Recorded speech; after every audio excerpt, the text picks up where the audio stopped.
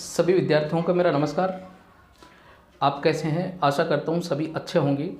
हम आज आपके सामने जो हरियाणा शिक्षा बोर्ड जो है उसका सामाजिक विज्ञान क्लास 10 का 2024-25 का सिलेबस लेके आए हैं। 5-7 दिन पहले हरियाणा बोर्ड ने जो अपना सिलेबस 2024-25 का सिलेबस है वो जारी किया है। तो समझ लेते हैं किस प्रकार से क्या है। तो हरियाणा विद्यालय शिक्षा बोर्ड पाठ्यक्रम एक अध्यायवार अंकों का विभाजन 2024-25 के अनुसार हम कर रहे हैं क्लास 10 और सामाजिक विज्ञान। देखिए, पूरे पाठ्यक्रम पर आधारित वार्षिक परीक्षा होगी। कहने का मतलब ये है कि आपका जो सामाजिक विज्ञान में 4 पार्ट हैं, जिसमें इतिहास है, लोकतांत्रिक है ना, समकालीन भारत यानी कि भूगोल का जो पार्ट है, उसके बाद में आर्थिक विकास यानी कि अर्थशास्त्र का पार्ट है। इन चारों पार्टों में आपकी जो है वो 80 अंकों का पेपर होगा। तो हम वार्षिक परीक्षा जो है वो 80 अंकों की होगी और आंतरिक मूल्यांकन 20 अंकों का होगा। कहने का मतलब ये है, ये जो 4 पार्ट हैं इस सामाजिक विज्ञान के, इसको चारों पार्टों को मिला करके आपके 80 नंबर का पेपर आएगा, 80 नंबर का पेपर आएगा, जिसमें 20 अंक हैं वो आंतरिक मूल्यांकन के आधार पर होंगे। तो भाई ये इस प्रकार से आंतरिक मूल्यांकन है वो 20 अंकों का होगा। पहले क्या होता था कि ये जो 80 अंक है ना, इसमें से आपको जो है वो 27 नंबर लेने अनिवार्य होते थे।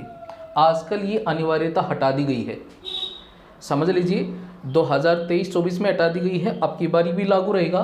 कहने का मतलब ये 80 अंक है ना, अब इसमें से 27 नंबर मिनिमम लेने हैं, वो कंपल्सरी नहीं है, हटा दिए गए हैं। कैसे हैं मैं अभी समझा रहा हूँ। आंतरिक मूल्यांकन 20 अंकों का होगा। आंतरिक मूल्यांकन में भी पहले क्या थे कि 7 नंबर आपको लेने जरूरी थे। अब क्या होगा, अब 20 नंबर तो मान लीजिए आंतरिक मूल्यांकन के आधार पर स्कूल के द्वारा भेज दिए जाते हैं, ठीक है। उसके बाद में प्लस आपको जो परीक्षा है वार्षिक परीक्षा, उसमें 13 अंक चाहिए होते हैं। टोटल 33 नंबर में आप जो है वो पास होते हैं। तो इस प्रकार से केवल आप पेपर में 13 नंबर ही आपको लेने हैं, बाकी आप 20 नंबर अगर विद्यालय से भेजे जाते हैं तो 33 नंबर में आप पास हो सकते हैं। ये आसान कर दिया गया है, आपके लिए खुशखबरी की बात है। अब जो 20 अंक है ना, उसका विभाजन किस प्रकार से है? उसका विभाजन इस प्रकार से है, जो 20 अंक स्कूल के द्वारा भेजे जाते हैं, आंतरिक मूल्यांकन के आधार पर भेजे जाते हैं। 80 नंबर का पेपर होगा, 20 नंबर स्कूल के द्वारा आंतरिक मूल्यांकन के आधार पर भेजा जाएगा।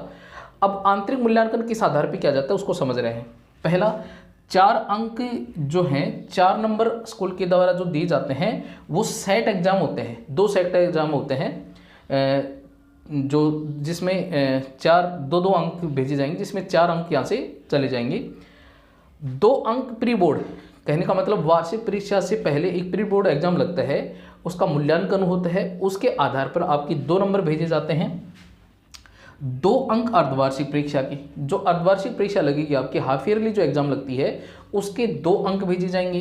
2 अंक जो है, 2 नंबर जो है वो विषय शिक्षक कक्षा यानी कि जो भी किसी भी विषय का जो अध्यापक है कक्षा में, वो कक्षा की भागीदारी के आधार पर आपको 2 अंक दिए जाएंगे, ठीक है। 5 अंक छात्रों के द्वारा कार्य प्रयोजना, इसमें कोई कार्य प्रयोजना दी जाती है विद्यार्थियों को, क्लास में कोई टास्क दिया जाता है, उसके 5 नंबर आपको मिलते हैं।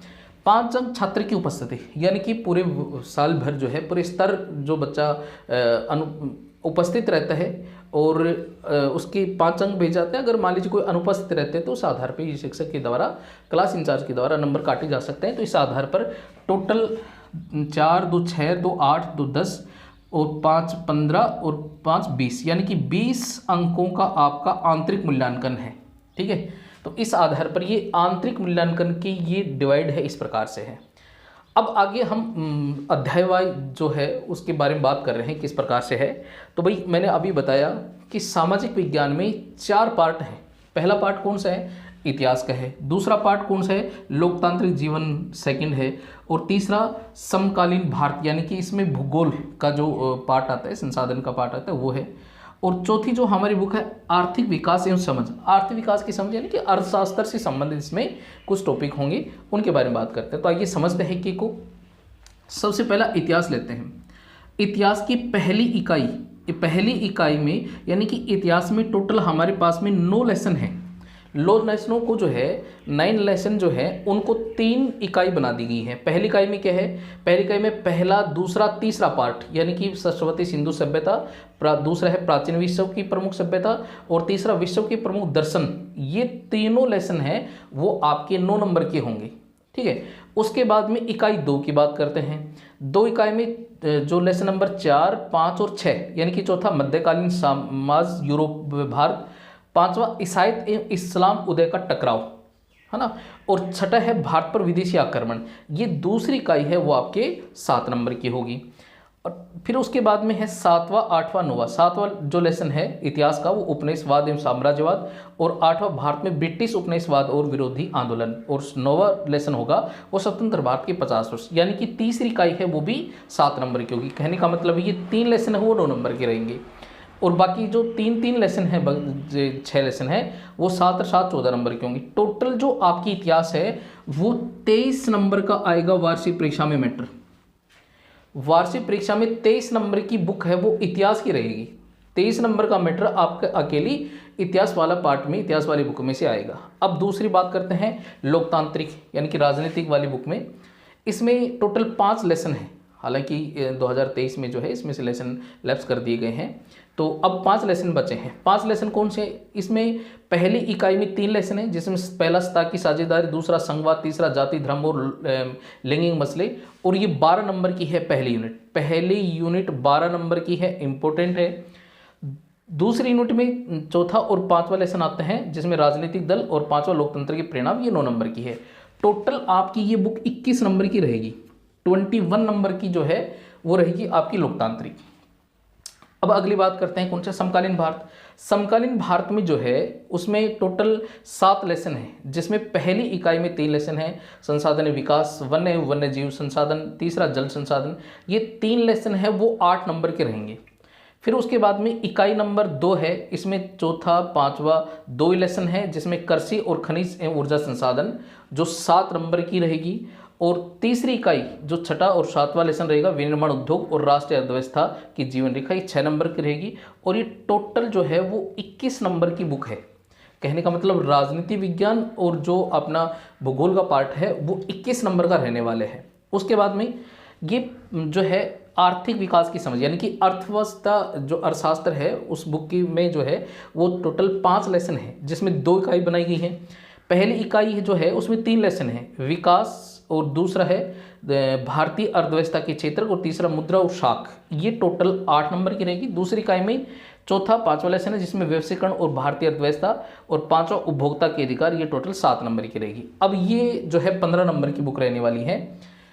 दोबारा समझिए, इतिहास है वो 23 नंबर की है, लोकतांत्रिक वो 21 नंबर की है, समकालीन भारत है वो टोटल 21 नंबर की है, और अर्थशास्त्र है वो 15 नंबर की है।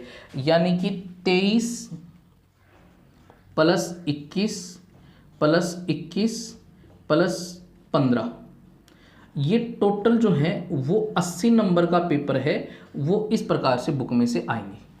ठीक है, तो ये इस प्रकार से हमारा अंक विभाजन का है।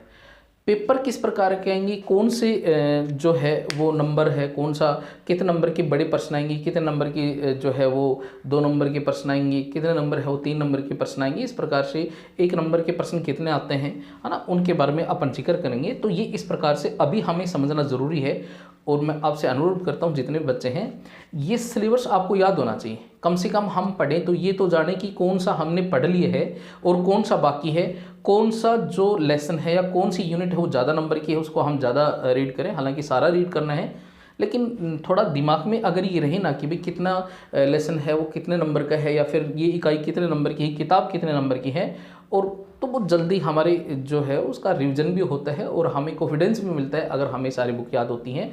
मतलब उनकी सिलेबस याद होना ज़रूरी है आपको। तो इस सिलेबस को ध्यान दीजिए, और इस प्रकार से ये आपके लेसन रहेंगे, इस प्रकार से ये अंक विभाजन होगा, इस प्रकार से ये बुक होंगी वो कितने नंबर की, इसको ध्यान दे लीजिए। ये शॉर्ट सेकंड लेकर के अपने पास रखिए, बाकी आगे जिक्र करते हैं।